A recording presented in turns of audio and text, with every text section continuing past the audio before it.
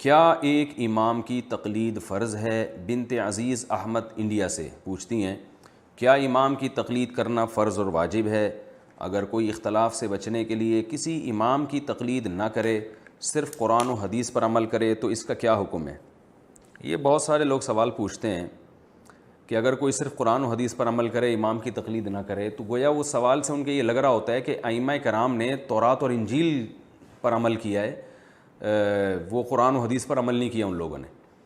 اگر ائمہ کرام نے، چاروں اماموں نے، امام ابو حنیفہ، امام مالک، امام شافعی، امام احمد بن حنبل، انہوں نے قرآن و حدیث کو فالو کیا ہے، تو ان کو فالو کرنا، ان اماموں کو قرآن و حدیث ہی کو فالو کرنا کہلائے گا۔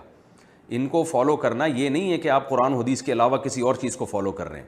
تو اصل بات یہ ہے کہ قرآن و سنت کو فالو کرنے کے دو طریقے ہیں۔ ایک طریقہ یہ ہے کہ آپ ڈائریکٹ قرآن و سنت کو فالو کریں، ڈائریکٹ، کسی امام کی رہنمائی میں نہیں، کسی کے فتوے پر عمل نہ کریں، کسی پر اعتماد نہ کریں، بلکہ ڈائریکٹ۔ تو ڈائریکٹ وہ کرے گا جس کو پورا قرآن آتا ہو، ساری حدیثیں آتی ہوں، حدیث کے صحیح اور ضعیف ہونے میں وہ خود تحقیق کر سکتا ہو، ناسخ منسوخ کا علم ہو، کون سی حدیث منسوخ ہو چکی ہے، کون سی اس کے لیے ناسخ ہے، اور وہ احادیث بھی عربی میں جانتا ہو، تاکہ اس کو پتہ ہو کہ کہاں ترجمہ میں گڑبڑ کی جا رہی ہے اور کہاں اس سے اپنا مطلب کشیدہ جا رہا ہے اور کہاں ترجمہ دوسری احادیث کو سامنے رکھ کے کیا جا رہا ہے۔ تو یہ تمام چیزیں جس کو اس میں صلاحیت ہوگی، ایسا شخص براہ راست قرآن و حدیث پر عمل کرے گا، جس کو مجتہد کہا جاتا ہے۔ وہ کسی کی تقلید نہ کرے، بلکہ اس کے لیے کسی کی تقلید کرنا حرام ہے۔ لیکن وہ عوام کو پھر بھی اس کا پابند نہیں بنا سکتا کہ عوام اس کو فالو کرے، کیونکہ جب چاروں اماموں کو فالو کرنا وہ درست نہیں سمجھتا تو لوگوں کو اپنے پیچھے چلانا اس کے لیے کہاں سے جائز ہو گیا۔ اور اگر وہ یہ کہتا ہے کہ میری تقلید اس لیے کی جائے یا میری اتباع اس لیے کی جائے کہ میں قرآن و سنت کو فالو کر رہا ہوں، تو اس کا مطلب بزبان حال وہ یہ کہہ رہا ہے کہ ابو حنیفہ، امام مالک، شافعی اور احمد حنبل یہ تورات اور انجیل کو فالو کرتے تھے، یہ قرآن و حدیث کو فالو نہیں کرتے تھے۔ تو اس کا مطلب پھر یہ ہوا۔ تو عامی آدمی کے لیے عافیت اسی میں ہے کہ وہ خود فنٹر بننے کی کوشش نہ کرے، وہ اپنی جہالت کا اعتراف کرے، وہ کہے کہ ہمیں قرآن و سنت میں جو مسائل کا باب ہے وہ نہیں آتا، وہ مانے کہ ہمیں نہیں آتا۔ یہ جو کہتے ہیں نا ہمیں آتا ہے سب کچھ، یہ جہل مرکب ہے۔ جہل مرکب کہتے ہیں آپ جاہل ہیں لیکن آپ کو پتہ نہیں ہے کہ آپ جاہل ہیں۔ تو میں پہلے اس کی تھوڑی ڈیٹیل بتاتا ہوں کہ قرآن و حدیث میں دو طرح کے مسائل ہیں۔ ایک تو قرآن و حدیث کا باب وہ ہے جس میں عقیدے کا بیان ہے، اللہ لا الہ الا هو الحی القیوم، اللہ وہ ذات ہے جس کے سوا کوئی عبادت کے لائق نہیں، لا تأخذہ سنۃ ولا نوم، یہ عقائد ہیں جس میں تقدیر کا عقیدہ قرآن نے بیان کیا، جنت اور جہنم کو قرآن نے بیان کیا۔ یہ قرآن کا باب بہت آسان ہے، اس میں کسی امام کو فالو نہیں کیا جائے گا، کسی کی تقلید نہیں کی جائے گی، کسی کی اتباع نہیں کی جائے گی۔ یہ غیر مسلم کے لیے بھی ہے، وہ بھی پڑھے گا تو فوراً اس کی فطرت اپیل کرے گی۔ اور اس میں جو اللہ نے دلائل دی ہے آخرت کے، تم مردہ ہو، زندہ ہوگے قیامت کے دن۔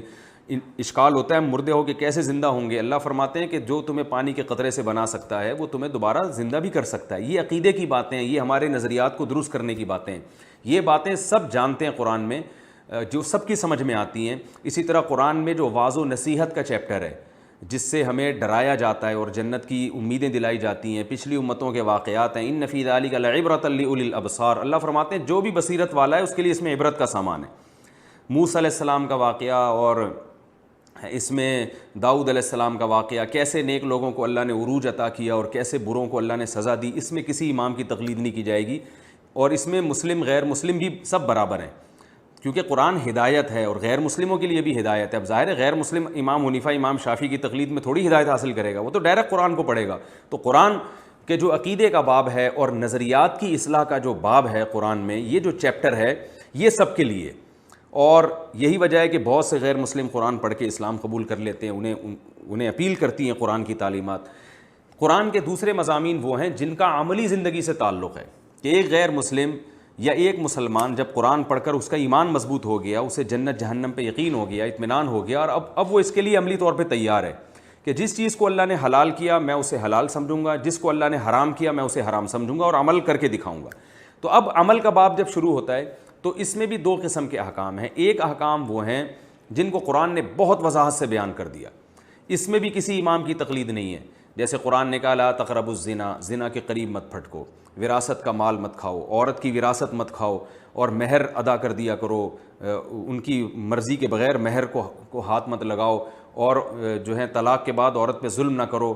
اس طرح کے جو معاشرتی برائیاں ہیں، ماں باپ کے بارے میں وصیت کی قرآن نے کہ اچھا سلوک کرو ان کے ساتھ، اور اس طرح کے جو احکام ہیں قرآن مجید میں، یہ بہت اللہ نے وضاحت سے بیان کر دی ہے، ان میں بھی کسی امام کی تقلید نہیں کی جائے گی۔ میں اگر اپنے باپ سے اچھا سلوک کروں تو اس کا مطلب نہیں کہ امام حنیفہ نے مجھے کہا ہے اس لیے میں اچھا سلوک کروں، قرآن نے کہا ہے، نبی صلی اللہ علیہ وسلم کا واضح احکامات ہیں اس بارے میں۔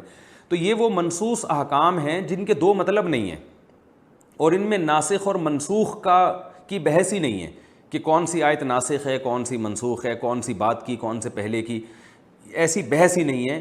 یہ چیپٹر بھی قرآن نے بہت آسان رکھا ہے، تو اس میں بھی آپ کسی کی تقلید نہیں کریں گے۔ آگے ہم جب گہرائی میں جاتے ہیں تو پھر کچھ قرآن کی آیتیں ایسی ہیں جس میں اجمال ہے، ان کے دو مطلب بھی نکل سکتے ہیں، یا بعض دفعہ ہم دیکھتے ہیں قرآن کی آیت حدیث سے ٹکرا رہی ہوتی ہے، بظاہر ظاہر ہے حقیقت میں تو نہیں ٹکرا رہی، لیکن ہم اپنی کم علمی کی وجہ سے ہمیں ایسا لگتا ہے کہ یہ دو ایک دوسرے کے اپوزٹ جا رہی ہیں۔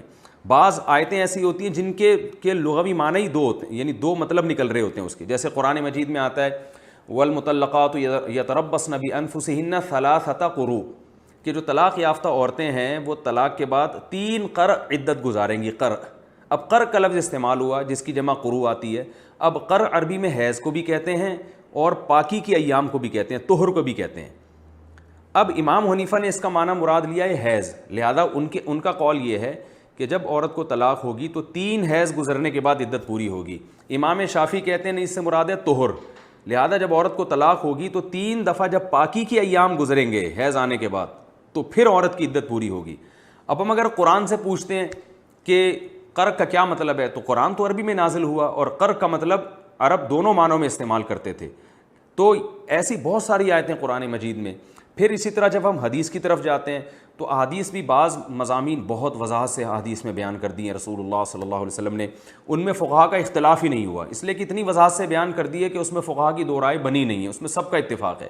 تو ان مسائل میں بھی کسی کی تقلید نہیں کی جاتی، ان کو منصوص مسائل کہا جاتا ہے، صریح الدلالہ، یعنی وہ احکام وضاحت سے بیان کر دیے اور ان کا مطلب بھی بالکل واضح ہے۔ لیکن احادیث میں بھی ہم جب جاتے ہیں گہرائی میں تو بہت سے احکام احادیث میں ایسے وارد ہوئے ہیں کہ ہمیں ایک حدیث ملتی ہے، اس حدیث کے اپوزٹ دوسری حدیث ملتی ہے، اب دو حدیثوں میں ٹکراؤ ہو رہا ہے، ایسے موقع پہ کس حدیث کو ترجیح دینی ہے؟ تو یہ کام پھر عامی آدمی کا نہیں ہے، مجتہدین کا کام ہے۔ اسی طرح کون سی حدیث پہلے کی ہے کون سی بات کی، بعض دفعہ یہ پتہ نہیں ہوتا، مجتہد اجتہاد کر کے فیصلہ کرتے ہیں کہ یہ بات کی ہے اور یہ والی پہلے کی، لہذا یہ بعد والی کو فالو کریں گے، پہلی والی کو فالو نہیں کریں گے، حالانکہ تاریخوں کا علم نہیں ہوتا، اس میں اجتہاد ہوتا ہے۔ تو اس طرح بہت ساری مثالیں ہمیں ملتی ہیں، یہی وجہ ہے کہ پھر فقہا کا اس میں اختلاف ہوتا ہے، یعنی اختلاف ہونا اس کی علامت ہے کہ قرآن و سنت میں یہ والے مسئلے جس میں علماء کا اختلاف ہوا یہ اتنے واضح نہیں تھے، اگر واضح ہوتے تو ابو حنیفہ اور امام شافعی جیسے لوگوں کا اختلاف کیوں ہوتا ہے اس میں، حالانکہ وہ تو سارے حدیث کے ماہر تھے اور تابعین تبع تابعین کے زمانے میں تھے۔ امام احمد بن حنبل تو امام بخاری کے اساتذہ میں سے ہیں، ان کا امام شافعی سے اختلاف ہوا، حالانکہ امام شافعی امام احمد بن حنبل سے بھی زیادہ سینئر ہیں۔ اسی طرح امام مالک تو سب سے سینئر ہیں، حدیث میں سب سے بڑے عالم سمجھے جاتے تھے، لیکن امام شافعی کا ان سے اختلاف ہوا۔ پھر ہم دیکھتے ہیں کہ امام مالک اپنی موطا میں حدیث لے کر آ رہے ہیں، فتویٰ اس کے خلاف دے رہے ہیں، ایسی بھی بہت سی مثالیں ہمیں ملتی ہیں، اس لیے کہ وہ کہہ رہے ہیں کہ یہ حدیث میں لے کر تو آ رہا ہوں لیکن اس کا یہ مفہوم نہیں ہے، اس کا مفہوم کچھ اور ہے، دوسرے اس کا وہی مفہوم لے رہے ہیں۔ تو یہ وہ بحث ہے کہ یہ احکام حدیث میں ہیں لیکن واضح الدلالہ نہیں ہے، اور کچھ ایسے ہیں جو سرے سے حدیث میں ہیں ہی نہیں، ان میں اجتہاد ہے۔ تو اس قسم کے جو احکام ہوں گے اس میں عامی آدمی کی ذمہ داری ہے کہ وہ ان میں کسی ایک امام کو فالو کرے اور باقیوں کو بھی برحق سمجھے۔ وہ یہ کہے کہ میں خود قرآن و حدیث پر عمل کروں گا، یہ دعویٰ ایک جاہل آدمی، یعنی ان مسائل میں کہ میں براہ راست قرآن و حدیث پر عمل کروں گا، تو یہ اس کی علامت ہے کہ یہ اپنے جہل کا اعتراف نہیں کر رہا، آتا واتا کچھ بھی نہیں ہے، لیکن اپنے آپ کو ان ائمہ سے بھی بڑا سمجھ رہا ہے ایک آدمی۔ ایسے ہی ہے جیسے ایک عامی آدمی ڈاکٹر سے کہے کہ میں علاج آپ سے نہیں کراؤں گا، میں میڈیکل سائنس کی کتابیں پڑھ کے خود دوا کھاؤں گا، تو اس کا مطلب یہ ہے کہ آپ اپنے آپ کو وہ بے وقوف ہے جو 4 سال جس نے میڈیکل کالج میں گزارے اور 2 سال اس نے ٹریننگ بھی کی اور ساری دنیا اس کو ڈاکٹر کہہ رہی ہے۔ تو یہ جو چاروں ائمہ کرام ہیں انہوں نے پوری زندگی قرآن و سنت کے سیکھنے میں لگائی اور پوری امت نے گواہی دی ہے کہ یہ قرآن و سنت کے بہت بڑے مجتہد تھے اور صدیوں پوری امت نے ان کو فالو کیا ہے، بلکہ جو اسلامی حکومتیں قائم ہوئی ہیں اس میں انہی کا قانون نافذ کیا گیا ہے، یہاں تک کہ اب بھی سعودی عرب میں امام احمد بن حنبل کا فقہ نافذ ہے، خلافت عثمانیہ میں فقہ حنفی نافذ تھا، اندلس کی جو خلافت ہے اس میں فقہ مالکی نافذ تھا، ملیشیا میں اب تک فقہ شافعی کو فالو کیا جا رہا ہے۔ تو 1000 سال سے زیادہ عرصہ ہو گیا امت انہی میں سے کسی ایک سے جڑی ہوئی ہے اور انہی میں سے کسی ایک کو فالو کرتی رہی ہے. جیسے امت نے حدیث کے باب میں امام بخاری کو امام مانا, امام مسلم کو امام مانا, تو فقہ کے باب میں یعنی مسائل کا علم, اس باب میں امت نے گواہی دی ہے کہ ابو حنیفہ, امام مالک, شافعی اور احمد بن حنبل یہ امت کے مجتہد ہیں, امام ہیں. فقہ کو مسائل میں ہم ان کو امام مانتے ہیں. تو پھر بھی اگر کوئی اجتہاد کے ایسے عظیم درجے پہ پہنچ گیا ہے کہ وہ اپنے آپ کو ان ائمہ سے زیادہ فنٹر سمجھتا ہے, یا فنٹر کا لفظ نامناسب ہے, اپنے آپ کو اس سے زیادہ عالم, بڑا عالم سمجھتا ہے, تو وہ ان کی تقلید نہ کرے. وہ ٹھیک ہے, وہ کہے میں ڈائریکٹ قرآن و سنت کو فالو کروں گا. کوئی اس مقام تک اگر پہنچ گیا ہے کہ وہ سمجھتا ہے کہ میں ان سے بھی آگے جا چکا ہوں, تو ٹھیک ہے وہ, لیکن وہ اپنی تقلید پھر بھی نہیں کروا سکتا اور اپنے لوگوں کو اپنا فرما بردار پھر بھی نہیں بنا سکتا. اس لیے کہ جب آپ سے بڑے بڑے لوگ موجود ہیں تو آپ پھر انہی کی طرف لوگوں کو ریفر کریں کہ ان سے ان کے فقہ کو فالو کرو. یہاں لوگ ایک اشکال یہ کرتے ہیں کہ اگر ہم نے تقلید کرنی ہی ہے یا فالو کرنا ہی ہے تو ان چاروں اماموں کو کیوں, صحابہ کو ہم کیوں فالو نہیں کر لیتے جو ان سے بھی بڑے تھے. تو یاد رکھیں یہ سوال ایسے ہے جیسے کوئی کہے کہ میں حدیث جب لینی ہے تو امام بخاری کی حدیث کیوں لوں, حضرت ابو ہریرہ کی کیوں نہیں لے لیتا. تو اس کو یہی کہا جائے گا امام بخاری نے حضرت ابو ہریرہ ہی کی حدیثیں لی ہیں اور دوسرے صحابہ کی لی ہیں, لیکن امام بخاری کا یہ امت پر احسان ہے کہ انہوں نے حدیثوں کو جمع کر دیا ہے, یہ کام انہوں نے کیا ہے. تو اسی طرح صحابہ کرام نے فقہ کو مرتب نہیں کیا. ان کے فتاویٰ تو ہمیں ملتے ہیں لیکن مرتب نہیں ملتے کہ وضو کے باب سے لے کے وراثت اور حدود اور قصاص اور غسل کے حکام پوری ترتیب سے ہمیں قانون ایک کتابی شکل میں مل جائے. یہ کام صحابہ نے کیا نہیں ہے, یہ ائمہ اربعہ کے شاگردوں نے کیا ہے. تو لہذا ان کا فقہ مدون ہے, اس میں سب چیزیں مل جائیں گی. ہے یہ وہی فقہ جو صحابہ کرام کا تھا, یعنی اس میں آپ کو حضرت ابو ہریرہ کے اقوال پر بھی فتویٰ ملے گا, عبداللہ بن مسعود کے اقوال پر بھی فتویٰ ملے گا. ان ائمہ نے اپنی طرف سے کچھ نہیں کیا. ہاں یہ ضرور کیا کہ صحابہ میں اگر کسی مسئلے میں اختلاف تھا تو انہوں نے جن صحابی کی بات ان کو دلیل کے زیادہ قریب لگی اس پہ فتویٰ دے دیا اور پھر امت نے اسی کو فالو کرنا شروع کر دیا. تو اس لیے یہ جو آپ نے سوال کیا ہے نا کہ اگر ہم تقلید نہ کریں اور ہم قرآن و سنت کو فالو کریں, یہ سوال ہی غلط ہے. اس لیے کہ آپ نے ان ائمہ کی تقلید کو قرآن و سنت کے علاوہ کچھ اور قرار دے دیا ہے. حالانکہ انہوں نے چونکہ قرآن, اس کی میں اکثر ایک مثال دیتا ہوں کہ ایک گاڑی اگر حیدرآباد جا رہی ہے اور آپ کو پتہ ہے کہ یہ حیدرآباد جا رہی ہے, تو آپ اگر اس گاڑی کو فالو کرتے ہیں تو پھر یہ کہنا کہ تمہیں تو چاہیے تھا حیدرآباد جاؤ, تم اس گاڑی کے پیچھے جا رہے ہو. تو بھائی جب پتہ ہے کہ یہ گاڑی حیدرآباد ہی جا رہی ہے تو اس گاڑی کے پیچھے چلنے والا حیدرآباد جانے والا ہی کہلائے گا. حیدرآباد جانے کے دو طریقے, ایک یہ کہ کسی کو حیدرآباد کا راستہ معلوم ہے وہ ڈائریکٹ جائے, جس کو معلوم نہیں ہے تو وہ اس گاڑی کے پیچھے چلے جس کو حیدرآباد کا راستہ معلوم ہے. نہ آپ کو خود معلوم حیدرآباد کا راستہ, نہ آپ اس گاڑی کے پیچھے چل رہے ہو جس کو حیدرآباد کا راستہ معلوم ہے, تو اس کا مطلب ہے آپ جا ٹھٹھا رہے ہو, لیبل اس پہ آپ حیدرآباد کا لگا رہے ہو. تو نہ آپ کو پورا قرآن و سنت خود آتا ہے اور نہ ایسی کی تقلید کر رہے ہو جس کو آتا ہے. اس کا مطلب یہ کہ آپ قرآن و سنت کو فالو نہیں کر رہے, آپ کچھ اور گمراہی پھیلا رہے ہیں, فرقواریت پھیلا رہے ہیں, لیبل اس پہ قرآن و سنت کا لگا رہے ہیں. تو قرآن و سنت کو فالو کرنے کے دو ہی طریقے ہیں, براہ راست یا کسی کی اتباع, اور یہ دونوں طریقے قرآن سے ثابت ہیں. قرآن مجید میں اللہ تعالیٰ کا ارشاد ہے اتبعوا ما انزل الیکم من ربکم, اللہ نے جو قرآن نازل کیا اس کو فالو کرو. یہاں براہ راست فالو کرنے کا حکم. دوسرے مقام پہ قرآن میں آتا ہے واتبع سبیل من اناب الی, اس شخص کو فالو کرو جو میرے راستے پہ چل رہا ہے. یہاں شخصیت کا واسطہ درمیان میں آ گیا. تو ظاہر ہے ایک ہی جیسا خطاب, دو الگ الگ قسم کے خطاب ایک آدمی کو نہیں کیے جا سکتے کہ براہ راست چلنے کا بھی کہا جا رہا ہو اور کسی کو فالو کرنے کا بھی کہا جا رہا ہو. تو یقیناً یہ دو الگ الگ قسم کے لوگوں کو خطاب ہے. جن کو پورا قرآن اور پوری سنت آتی ہے وہ ڈائریکٹ قرآن اور سنت پہ چلیں گے, جن کو نہیں آتی تو وہ ان کے پیچھے چلیں گے جن کو آتی ہے. تو یہ ہے اس پوری بحث کا خلاصہ. رہا یہ مسئلہ کہ پھر چاروں میں ایک کی تقلید کیوں, بھائی جس کو چاہو کر لو تقلید. چاروں میں ایک اس لیے ہے کہ اس سے خواہشات کا دروازہ بند ہوتا ہے. یاد رکھیں ہر چیز قرآن میں صراحتاً نہیں ہوتی, اشارتاً بھی ہوتی ہیں. لوگ کہتے ہیں کہاں لکھا ہوا ہے کہ صرف ایک امام کی تقلید کرنی ہے دوسرے کی نہیں کرنی. قرآن میں یہ لکھا ہوا ہے کہ اللہ زمین میں فساد کو پسند نہیں کرتا. رسول اللہ صلی اللہ علیہ وسلم نے بیت اللہ کو اپنی اصل تعمیر پہ کھڑا کرنے کا آپ نے ارادہ کیا. آپ چاہتے تھے کہ بیت اللہ کو اس تعمیر پہ لائیں جہاں ابراہیم علیہ السلام نے, یعنی جو اس کی جو دیوار ذرا یعنی وہ مستطیل شکل میں بن جاتا, لیکن آپ نے یہ ارادہ اس لیے ترک کر دیا کہ زمانہ جاہلیت کے جو نئے لوگ ابھی مسلمان ہوئے ہیں وہ یہ کہیں گے کہ یہ قبلے کو گویا تبدیل کر رہے ہیں, ابراہیم علیہ السلام والا قبلہ نہیں ہے, کوئی اور قبلہ بنا رہے ہیں. تو اس اچھا کام کے باوجود آپ صلی اللہ علیہ وسلم نے فساد کی وجہ سے اس ارادے کو ترک کر دیا کہ امت میں ایک فتنہ نہ کھڑا ہو جائے. تو اس سے پتہ چلتا ہے کہ اس حدیث سے بھی اور قرآن کی دیگر آیات سے بھی کہ ہر وہ کام جس میں فساد کا ذریعہ ہو، خواہشات نفسانیہ یا شہوت پرستی کے پیدا ہونے کا خطرہ ہو، اس کام سے روکا جائے گا. اس کے روکنے کی الگ سے ہمارے پاس چاہے کوئی دلیل نہ بھی ہو، یہی دلیل کافی ہے کہ اس کام کے کرنے سے امت میں فساد پھیل رہا ہے. تو اب اگر ہم پبلک کو اجازت دے دیں کہ وہ جب چاہے جس فقہ کو فالو کرے تو دین ایک تماشا بن جائے گا. برحق چاروں ہیں، لیکن خواہشات نفسانیہ سے بچانے کے لیے لوگوں کو کہا جاتا ہے بھائی کسی ایک فقہ کا التزام کرو، کیونکہ بعض دفعہ ایسے ہوتا ہے کہ آپ کو ایک فقہ میں ایک سہولت مل رہی ہے لیکن دوسرے فقہ میں تنگی ہے، تو آپ ادھر آ جاتے ہیں. میں اس کی ایک بہترین مثال دیتا ہوں. میں نے بیان میں بھی یہ بات کی ہے کہ ایک صاحب کا میرے پاس فون آیا لاہور سے. وہ کہنے لگے میں ایک لڑکی سے شادی کرنا چاہتا ہوں اور اس کے والد راضی نہیں ہیں. تو میں تھوڑا سمجھ گیا کہ مجھے کچھ اندازہ ہو. میں نے کہا آپ اہل حدیث ہیں؟ اس نے کہا ہاں میں اہل حدیث ہوں. میں نے کہا اہل حدیث کے مسلک میں اہل حدیث علماء کی جو رائے ہے وہ یہ ہے کہ لڑکی کا نکاح اس کے باپ کی مرضی کے بغیر نہیں ہوتا. تو مجھے کہنے لگے میں کسی مسلک کو نہیں مانتا، میں قرآن و سنت کو مانتا ہوں، مجھے قرآن و حدیث کی روشنی میں جواب دیں.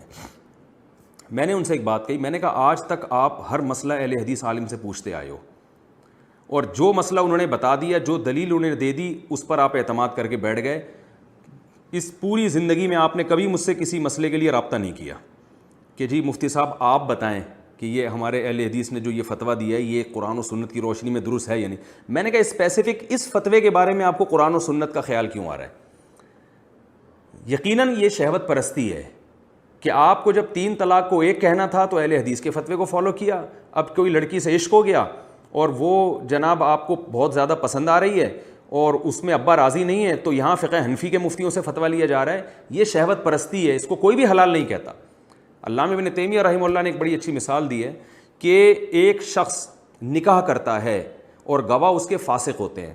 امام شافعی کہتے ہیں کہ فاسق گواہوں کی موجودگی میں نکاح نہیں ہوتا، لیکن اس نے کہا کہ ابو حنیفہ رحمہ اللہ کی رائے یہ ہے کہ نکاح ہو جاتا ہے. میں اس معاملے میں امام ابو حنیفہ کی رائے کو فالو کر رہا ہوں، اور اس نے نکاح کر لیا. اب یہ غصے میں آ کے دھڑا دھڑ 3 طلاقیں دے دیتا ہے. اب 3 طلاقیں دینے کے بعد تو امام شافعی بھی کہہ رہے ہیں نکاح ختم ہو گیا، امام ابو حنیفہ بھی کہہ رہے ہیں، لیکن یہ کہتا ہے کہ امام شافعی کے فقہ کے مطابق تو میرا نکاح سرے سے ہوا ہی نہیں تھا کیونکہ گواہ فاسق تھے. جب نکاح ہی نہیں ہوا تو یہ عورت اجنبی ہے، لہٰذا 3 یا 10 بھی دے دی تو کچھ بھی نہیں ہوا، لہٰذا میں دوبارہ سے نکاح کر سکتا ہوں. تو یہ پریکٹیکلی یہ فساد ہونے لگا تھا اور یہ حقیقت ہے. آپ وضو کر کے آئے اور کسی عورت کو آپ کا ہاتھ لگ گیا. امام شافعی کہتے ہیں عورت کے ہاتھ لگنے سے ہی آپ کا وضو ٹوٹ گیا. آپ کہتے ہیں میں امام حنیفہ کے فقہ کو فالو کرتا ہوں، ان کے نزدیک ہاتھ لگنے سے وضو نہیں ٹوٹتا. تھوڑی دیر میں آپ کا بلڈ نکلا، خون نکل کے بہہ گیا. اب لوگ کہہ رہے ہیں بھائی آپ وضو کرو دوبارہ، کیونکہ امام ابو حنیفہ جن کو آپ ابھی فالو کر رہے تھے ان کی رائے کے مطابق تو آپ کا وضو ٹوٹ گیا. وہ کہتے ہیں نہیں اس مسئلے میں امام شافعی کو فالو کر رہا ہوں. تو یہ تماشا بن جائے گا. جب ایک چیز کا آپ نے التزام کیا فساد سے بچنے کے لیے تو اسی کا آپ کو التزام کرنا پڑے گا.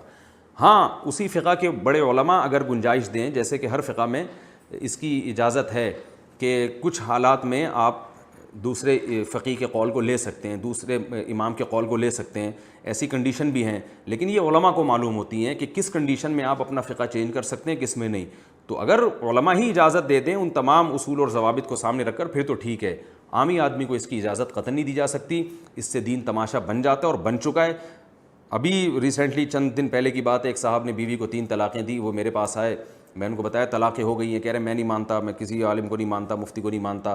میں نے سعودی عرب کے فلاں مفتی کا فتویٰ ہے قرآن و حدیث کی روشنی میں، اور اس فتوے کے مطابق وہ بن باز کا حوالہ دے رہے تھے. شیخ عبدالعزیز ابن عبداللہ ابن باز جو سابق مفتی اعظم تھے جن کا انتقال ہو گیا اللہ مغفرت فرمائے، ان کا فتویٰ ہے کہ 3 طلاقیں ایک ہوتی ہیں اور وہ قرآن و حدیث کی روشنی میں فتویٰ ہے. میں نے کہا یہ جو چاروں اماموں کا فتویٰ ہے نا، ابو حنیفہ، مالک، شافعی، حنبلی، ان چاروں کا اور تمام صحابہ کا فتویٰ ہے کہ 3 ہوتی ہیں، اور یہ تورات انجیل کی روشنی میں نہیں ہے، یہ قرآن و حدیثی کی روشنی میں. میں نے کہا یہ سارے صحابہ ایک طرف، چاروں امام ایک طرف، اور امت کا اجماع ایک طرف، اور ایک بن باز رحمہ اللہ اگرچہ بڑے عالم تھے لیکن پوری امت سے ہٹ کر وہ 2-4 آپ کو علماء ایسے ملیں گے جنہوں نے اس کے خلاف فتویٰ دیا. ان کی رائے کو لے رہے ہو آپ، کہہ رہے ہیں نہیں وہ قرآن و حدیث پہ فتویٰ دیتے ہیں. اچھا میں نے کہا ٹھیک ہے بھائی. تو بن باز کا میں نے کہا پھر ایک اور فتویٰ بھی ہے، اس کو بھی فالو کریں. کہہ رہے ہیں کیا ہے؟ میں نے کہا شیخ بن باز رحمہ اللہ تعالیٰ کا فتویٰ یہ ہے کہ اگر کوئی شخص جان بوجھ کر ایک نماز چھوڑ دے وہ مرتد ہو گیا، کافر ہو گیا، اور اس کا بیوی سے نکاح ختم ہو گیا. تو میں نے کہا آپ بیوی کو رکھ لیں، مجھے پتا تھا یہ صاحب نمازی نہیں ہے، میں نے کہا جس دن آپ نے ایک نماز چھوڑی یا آپ کی بیوی نے نماز چھوڑی, آپ اسی وقت کافر ہو جائیں گے اور آپ کا نکاح ویسے ہی ختم ہو جائے گا. تو میں نے کہا اس میں تو پھر بھی گنجائش ہے کہ آپ کہیں اور شادی کر لیں, لیکن جو فتوے پر کو آپ لے رہے ہیں نا, اس کے حساب سے انہی مفتی سے اگر دوسرا فتویٰ آپ لیں گے تو وہ بھی, اس میں تو آپ کے لیے کوئی بھی دنیا میں عورت حلال نہیں ہوتی جب تک آپ پکے نمازی نہیں بن جاتے اور آپ کی بیوی بھی پکی نمازی نہیں بن جاتی. اور مجھے پتہ ہے کہ نمازی بننے کا آپ کا مستقبل قریب میں کوئی پروگرام نہیں ہے, اللہ کرے ہو جائے, لیکن لگتا نہیں ہے آپ کے حالات سے. تو وہ ہکا بکا ہو گئے, کہتے ہیں یار یہ والا فتویٰ میں نہیں مانتا, شیخ بن باز کا یہ فتویٰ میں نہیں مانتا, میں 3 طلاق کا فتویٰ مانتا ہوں کیونکہ یہ قرآن حدیث کی روشنی میں ہے. میں نے کہا بھائی جان وہ جو انہوں نے کہا ہے نا کہ ایک نماز کا چھوڑ دینے والا کافر ہے, وہ بھی قرآن حدیث کی روشنی میں ہی کہا ہے. اس پہ ان کے پاس دلائل ہیں, وہ ہم نے نہیں یقین آتا تو میں وہ دلائل آپ کو پڑھ کے سناتا ہوں. اور میں نے کہا جو آپ حدیث پیش کر رہے ہو جس میں آتا ہے, صحیح مسلم کی حدیث ہے کہ نبی کے دور میں 3 طلاقیں ایک سمجھی جاتی تھیں, بالکل ایسے ہی الفاظ ہیں. عبداللہ بن مسعود کہتے ہیں ہم نبی کے دور میں کسی گناہ کو کفر نہیں سمجھتے تھے سوائے نماز چھوڑنے کو. نماز چھوڑنے کو ہم کفر سمجھتے تھے کہ نماز چھوڑنے والا کافر ہو جاتا ہے. تو میں نے کہا بالکل اسی جیسے الفاظ ہیں, تو لیکن نہیں مانے. تو یہ ہے شہوت پرستی, ایک مسلک کو فالو کرنے کا. اسی لیے کہا جاتا ہے کہ چاروں فقہ حنفی, مالکی, شافعی, حنبلی بالکل درست ہیں, بالکل برحق ہیں, اجتہادی اختلاف ہے. رسول اللہ صلی اللہ علیہ وسلم نے ارشاد فرمایا مجتہد جب اجتہاد کرتا ہے اگر وہ درست رائے تک پہنچے تو 2 اجر, اگر غلطی کرے تو بھی 1 اجر ملتا ہے. تو مجتہدین نے اپنی ثواب دید کے مطابق پوری ریسرچ کر کے امت کے سامنے پیش کر دی. اب امت کو مزید ریسرچ ان مسائل میں نہیں کرنی چاہیے, جدید مسائل میں ریسرچ کرنا چاہیے. جو مسائل حل ہو چکے ہیں ان میں سے آپ کسی بھی فقہ کو فالو کر لیں, یہ آپ کے لیے جنت میں جانے کا انشاءاللہ ذریعہ اور سبب ہوگا. اور اگر آپ نے دوبارہ قرآن و سنت کے نام پہ فروعی مسائل چھیڑے تو یہ قیامت تک حل نہیں ہوں گے. ان میں وہی پھڈا, وہی اختلاف اور اس سے امت متحد نہیں ہوگی. آپ نے جیسے بتایا نا کہ اختلاف سے بچنے کے لیے اگر کوئی کسی امام کی تقلید نہ کرے, اگر آپ تقلید نہیں کرتے کسی امام کی تو اختلاف کم نہیں ہوگا, بڑھے گا. کیونکہ ہر شخص اپنی تحقیق مارکیٹ میں لائے گا جیسے کہ لا رہا ہے, اور اس پہ قرآن و سنت کا لیبل, اور پھر ایک دوسرے کے خلاف طعن و تشنیع, ایک دوسرے کے خلاف کیچڑ اچھالنا, یہ جو کچھ ہمارے معاشرے میں ہو رہا ہے یہ تو ہوگا. اور بات یہ ہے کہ وہ پھر پورے طور پہ قرآن و سنت کو فالو بھی نہیں کرتے. ایک حدیث سامنے ہوتی ہے, دوسری سامنے نہیں ہوتی. ایک حدیث کو آپ صحیح سمجھ رہے ہیں, دوسرا امام اس حدیث کو صحیح سمجھ ہی نہیں رہا, یا ایک حدیث کو وہ صحیح سمجھ رہا ہے, آپ صحیح نہیں سمجھ رہے. تو یہ حدیث کی صحت کا اختلاف, اس میں بھی آپ کو تقلید ہی کرنی پڑتی ہے. پورے علماء نے رسالے لکھے ہیں اس پر کہ کون سی حدیث صحیح ہے, کون سی ضعیف ہے. تو جب اتنی چیزوں میں آپ تقلید کر رہے ہیں تو مسائل میں بھی آپ ان علماء کی اگر تقلید کر لیتے ہیں جن پر پوری امت نے اعتماد کیا ہے تو یہ غلط نہیں ہے, شریعت کے بالکل اصولوں کے عین مطابق ہے. لوگ کہتے ہیں ہم اندھی تقلید نہیں کر سکتے, تو یاد رکھیں اندھی تقلید اس کی ہوتی ہے جس کے برحق ہونے پر آپ کو اطمینان نہ ہو. جیسے کہ مشرکین کیا کرتے تھے کہ جب ان سے کہا جاتا ہے کہ اپنے باپ دادا قرآن و سنت کو فالو کرو تو وہ کہتے تھے نہیں ہم اپنے باپ دادا کی اتباع کرتے ہیں. تو اللہ نے فرمایا اولو کان آباؤہم لا یعقلون شیئا ولا یہتدون, اگرچہ تمہارے باپ دادا نہ کچھ سمجھتے ہوں نہ ان میں عقل ہو, پھر بھی ان کو فالو کرو گے. اس میں قرآن نے بتا دیا کہ اگر باپ دادا سمجھدار ہوں اور عقل رکھتے ہوں اور سیدھے راستے پر ہوں تو ان کو بہرحال فالو کیا جائے گا. جیسے کہ یوسف علیہ السلام نے جیل میں کہا تھا واتبعت ملت آبائی, میں اپنے باپ دادا کی دین کی اتباع کرتا ہوں, ابراہیم, اسماعیل اور اسحاق. تو پتہ چلا کہ اگر کسی امام کا دلائل سے برحق ہونا ثابت ہو جائے, یہ ثابت ہو جائے کہ یہ قرآن و سنت کو فالو کرتے ہیں, تو اس امام کو فالو کرنا قرآن و سنت ہی کو فالو کرنا کہلائے گا, یہ اندھی تقلید نہیں کہلائے گی.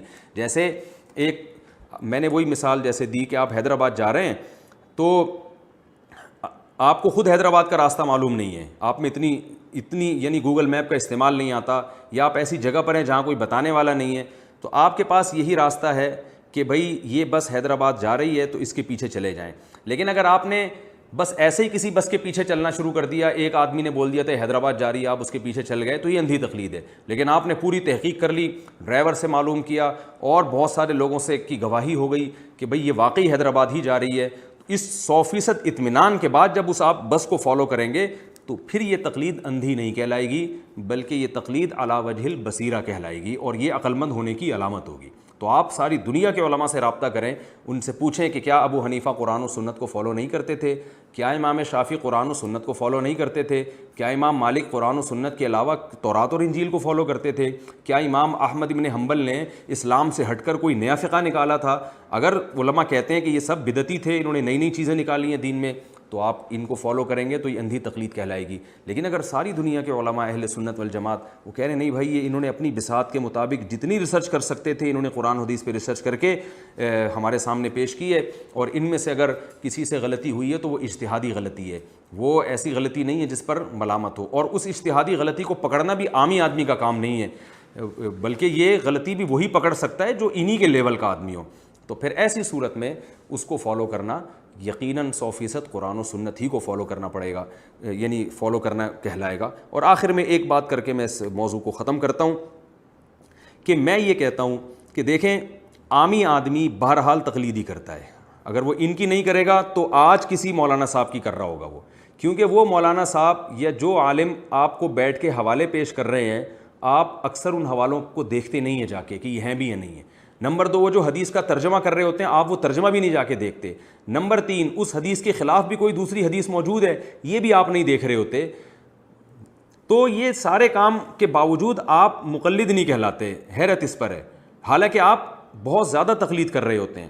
تو میں یہ کہتا ہوں جب کرنی آپ نے تقلید ہی ہے تو پھر بہتر نہیں ہے کہ کسی بڑے امام اور مجتہد کی جائے. اور اہم بات یہ بھی ہے کہ بعض لوگ کہتے ہیں کہ بعض چیزیں ایسی ہیں جس میں امام حنیفہ کا قول بالکل صحیح حدیث کے خلاف ہوتا ہے اور اس میں تو کوئی لاجک بن ہی نہیں رہی ہوتی.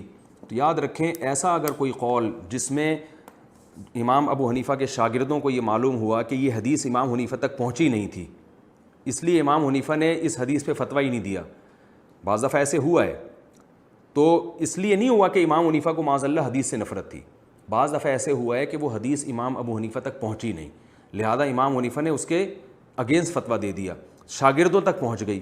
تو بعض لوگ ہمارے سامنے ایسے امام حنیفہ کے قول لے کر آتے ہیں, دیکھو حدیث میں کیا ہے, ابو حنیفہ کا قول اس کے خلاف ہے, تو تم پھر بھی ابو حنیفہ کی تقلید کر رہے ہو, حالانکہ ہم نہیں کر رہے ہوتے. ایسی صورت میں امام حنیفہ کے بہت سے اقوال ایسے تھے کہ امام صاحب تک وہ حدیث پہنچی نہیں یا وہ بالکل واضح الدلالہ تھی, تو اس میں پھر فقہ حنفی میں امام ابو حنیفہ کے قول کو چھوڑ دیا گیا ہے. اس کی بہت سی مثالیں ہیں. امام ابو حنیفہ رحمہ اللہ تعالیٰ کے نزدیک جو حربی کافر ہے اس سے سود لینا جائز ہے, حالانکہ فقہ حنفی میں علماء حنفیہ اس کی اجازت نہیں دیتے. وہ کہتے ہیں حربی سے بھی, جو جنگ جس سے ہو رہی ہو نا کافر سے, اس سے بھی سود لینا حرام ہے, اس سے بھی سودی لین دین حرام ہے. امام ابو حنیفہ کے ہاں ماں بچے کو 2.5 سال تک دودھ پلا سکتی ہے, فقہ حنفی میں 2 سال کے بعد دودھ پلانا جائز نہیں ہے. امام حنیفہ کے اس قول پہ فقہ حنفی میں فتویٰ نہیں دیا گیا. اور بہت ساری مثالیں میں پیش کروں گا تو وقت بہت زیادہ ہو جائے گا جس میں ہم نے امام حنیفہ کے قول پر ہمارے مشائخ نے فتویٰ نہیں دیا. لیکن اس میں بھی ہم یہ کہتے ہیں کہ ایک عام جاہل آدمی کو یہ اختیار نہیں ہے کہ چند اردو کتابیں پڑھ لے یا یوٹیوب پہ چند کلپ دیکھ کر وہ خود سے فیصلہ کرتا پھرے کہ مجھے اس میں امام حنیفہ کے قول سمجھ میں نہیں آ رہا, میں اس میں فلاں قول کو فتویٰ. آپ جاہل ہیں, آپ اپنی جہالت کا اعتراف کریں, آپ کو کچھ بھی نہیں آتا. یہ کام مشائخ علماء پہلے کر چکے ہیں, اس سے فارغ ہو چکے ہیں. شافعی فقہ میں بھی بعض امام شافعی کے اقوال ایسے ہیں جس کو فقہ شافعی میں فالو نہیں کیا گیا. فقہ حنبلی میں بھی امام احمد بن حنبل کے بعض اقوال ایسے ہیں جس کو حنابلہ نے ان کو فالو نہیں کیا. امام مالک کے بھی بعض اقوال ایسے ہیں جن کو مالکیہ نے نہیں لیا. تو جو قول بالکل قرآن و سنت سے متصادم نظر آیا اس کی وجہ کچھ بھی ہو سکتی ہے, بڑی وجہ تو یہی تھی کہ وہ حدیث ان تک پہنچی نہیں, فتویٰ دیتے. تو اس میں آپ کو فنٹر بننے کی بالکل ضرورت نہیں ہے کہ آپ فیصلہ کریں. یہ کام علماء پہلے کر چکے ہیں کیونکہ اسلام 1400 سال پہلے آیا ہے اور اس پہ ریسرچ کا کام صدیوں پہلے مکمل ہو چکا ہے. اب کسی نئے ریسرچر کو اٹھ کے امت میں فساد پیدا کرنے کی چنداں ضرورت نہیں ہے. اس سے امت میں جوڑ پیدا نہیں ہوگا بلکہ توڑ پیدا ہوگا. اور اتنی تقریر کے بعد بھی اگر آپ کو سمجھ میں نہیں آتا تو ٹھیک ہے بھائی, آپ ایک 5واں مسلک بنا لیں اور اس پہ قرآن و سنت کا لیبل لگا لیں. مقصد آپ کا بھی اگر اچھا ہے تو ہمیں کوئی اعتراض نہیں ہے, لیکن آپ گمراہ نہ کریں امت کو. جو ان مسالک میں سے کسی ایک کو فالو کر رہے ہیں ان کو یہ نہ کہیں کہ قرآن و سنت کو فالو نہیں کرتے. ٹھیک ہے آپ کی سمجھ میں نہیں آتا تو گن پوائنٹ پہ کسی کو مجبور نہیں کیا جا سکتا. جو بھی قرآن و سنت کو حجت مانتا ہے کسی بھی عنوان سے وہ ہمارا بھائی ہے اور کلمہ گو ہے. ہم اس سے محبت کے جو ہے وہ طلبگار ہیں, ہم اس سے نکاح کو جائز سمجھتے ہیں اور اس سے مالی لین دین کو جائز سمجھتے ہیں کہ کیونکہ اہل سنت والجماعت کے جو بنیادی عقائد ہیں اس میں اگر وہ ہمارے ساتھ شریک ہے, وہ بنیادی عقائد یہی ہیں: آخرت پر ایمان, تمام صحابہ سے محبت اور تمام محدثین اور بڑے بڑے فقہاء ہیں ان کا احترام کرنا جس میں ائمہ اربعہ بھی داخل ہیں. اور ان بنیادی چیزوں میں اگر وہ ہمارے ساتھ شریک ہے, ان بنیادی عقائد میں, تو فروعی اختلاف اگر ہو بھی جاتا ہے تو پھر ہم بہرحال اس کو گمراہ نہیں کہتے. لیکن ہماری رائے یہی ہے کہ اس زمانے میں کسی ایک کو فالو اگر آپ نہیں کریں گے تو امت میں جوڑ نہیں ہوگا بلکہ فساد پیدا ہوگا۔ لہذا جو بحثیں ہو چکی ہیں ان کی فائلوں کو سمیٹ دیا جائے، لپیٹ دیا جائے، اور اب ان مسائل پہ کام کیا جائے جن پر پہلے کام نہیں ہوا۔ اللہ تعالیٰ عمل کی توفیق عطا فرمائے۔